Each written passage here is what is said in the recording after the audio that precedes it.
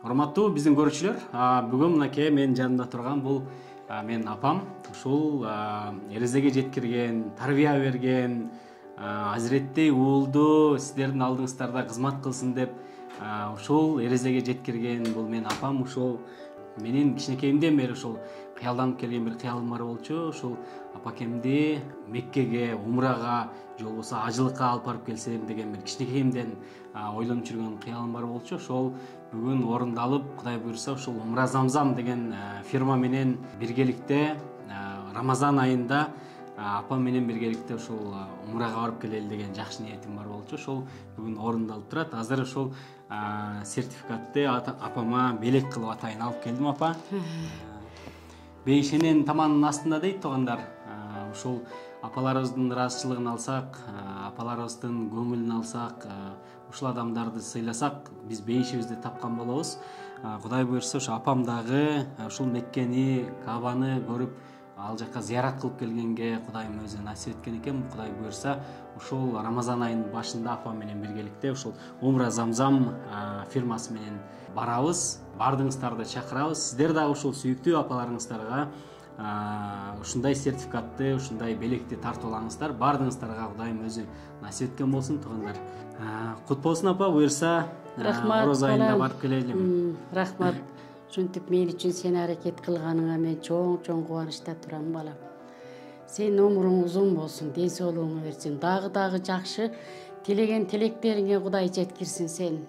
Мени сыйласаң, сени Кудай сыйласын. Кудай сыйлаган, эл кадырлаган, кадырлуу адамдардан болуп жүрсө деп тилейм мен деле сен. Өмүрүң узун болсун, балам. Рахмат. Ассаламу алейкум, Азирет Осмонов YouTube каналынын көрүүчүлөрү, бардыгыңыздарга салам.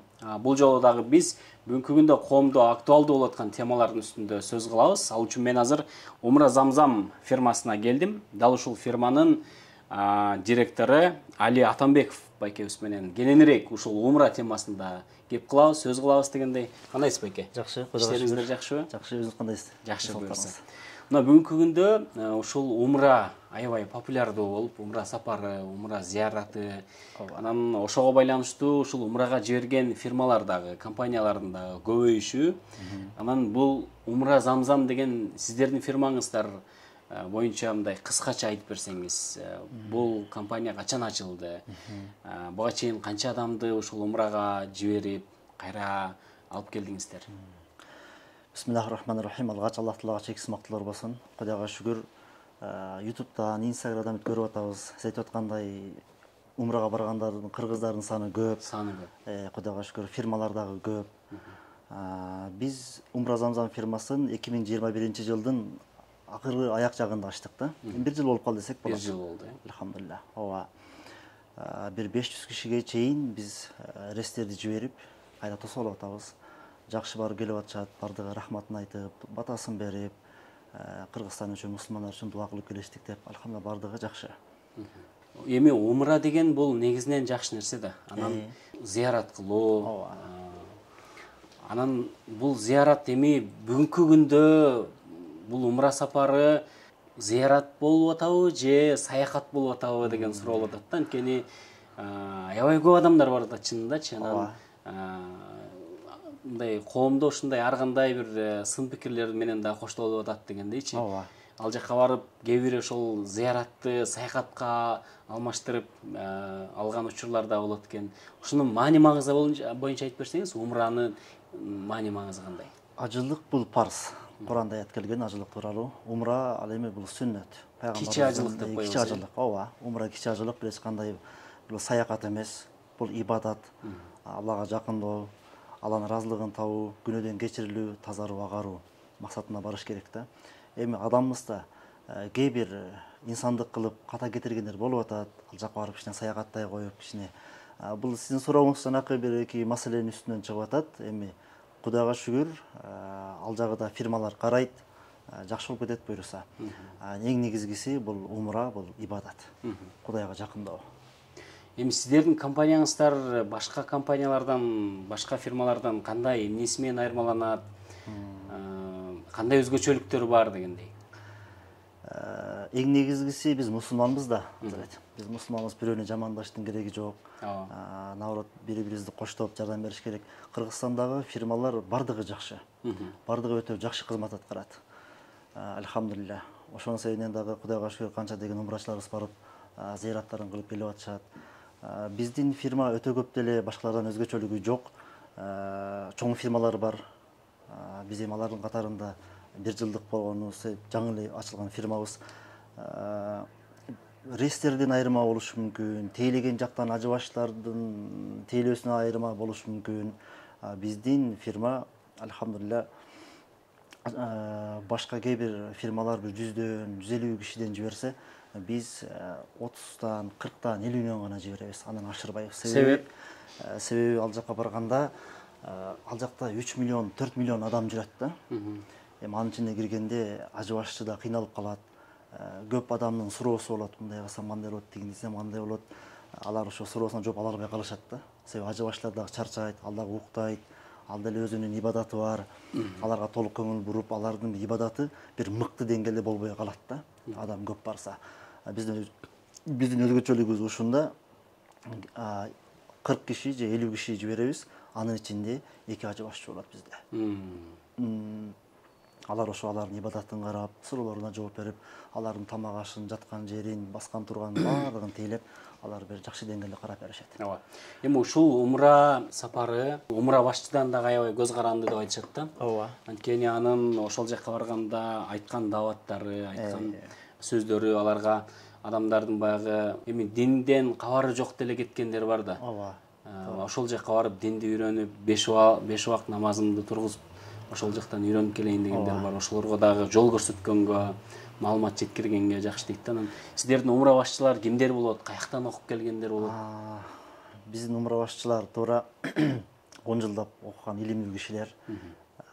Көлмө медресесинин Кыргызстанда, Бишкекте жайгашкан Көлмө медресесинин мугалимдери, Пакистанда окуп келгендер бар. Египетте окуп келген алымдар иштейт.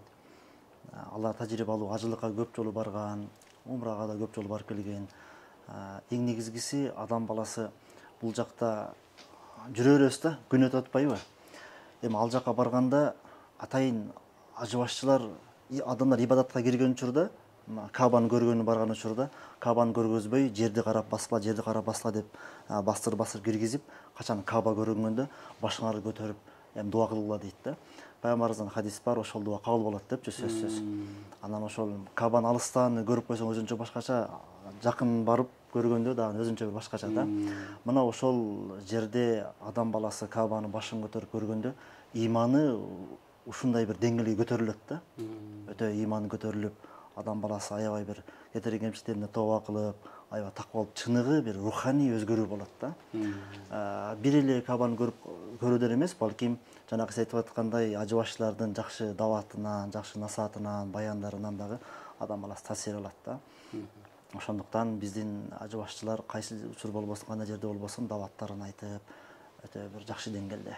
Алардын ошо руханий эмесин ойготуп, аң сезимин ойготуп, аларды ибадатка аябай бир түртөт, ошондой бир баяндар кылып беришет иншалла. Али аке, анан сиздерде кандай программалар бар? Канча күнгө барса болот? Баалары боюнча ошондой. Эми эң бүгүнкү мындай бере турган маалымат, керектүү маалымат ушул да. 10 күндүк бар, биринчиси. Экинчиси 15 күндүк, 21 күндүк, анан толук 30 күндүк. Ал жак биздин программа ушул. Ал жакка барганда да өзүнчө программалар бар. Саякаттар, мисалы зыяраттар.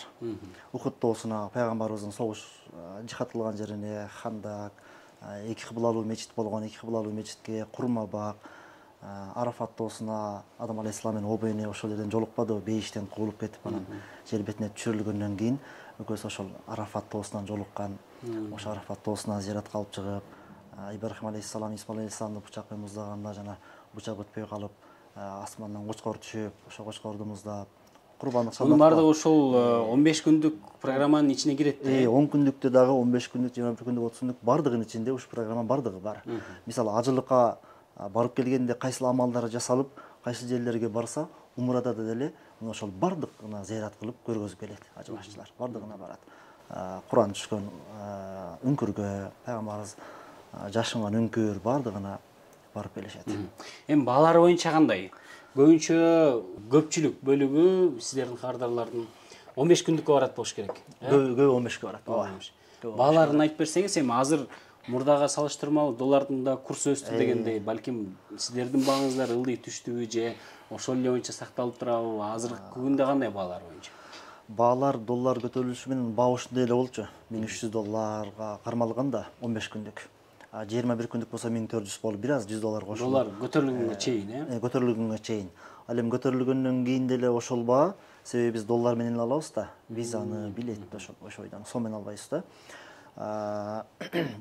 Бирок Рамазан айы келип атат мына, алхамдулилlah. Рамазан айына бир аз баалар көтөрүлүп атат. Мисалы 15 күндүктөр болсо 1450, 21 күндүктөр 1500, 550 болуп, кичинеден кошулуп, $100 кошулуп кичине кымбат болду. Бул эми адамдар аябай көп барган себептен, аякта гостиницалар занят болуп калат да. Ошол себептен дагы кичине баалар көтөрүлдү. Демек, 15 күнгө бара турган болсок, $1450. Бул ушул Рамазан айына. Рамазан айына.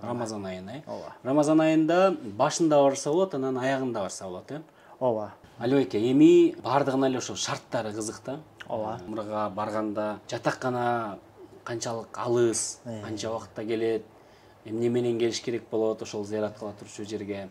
Анан тамак аштары кандай болот?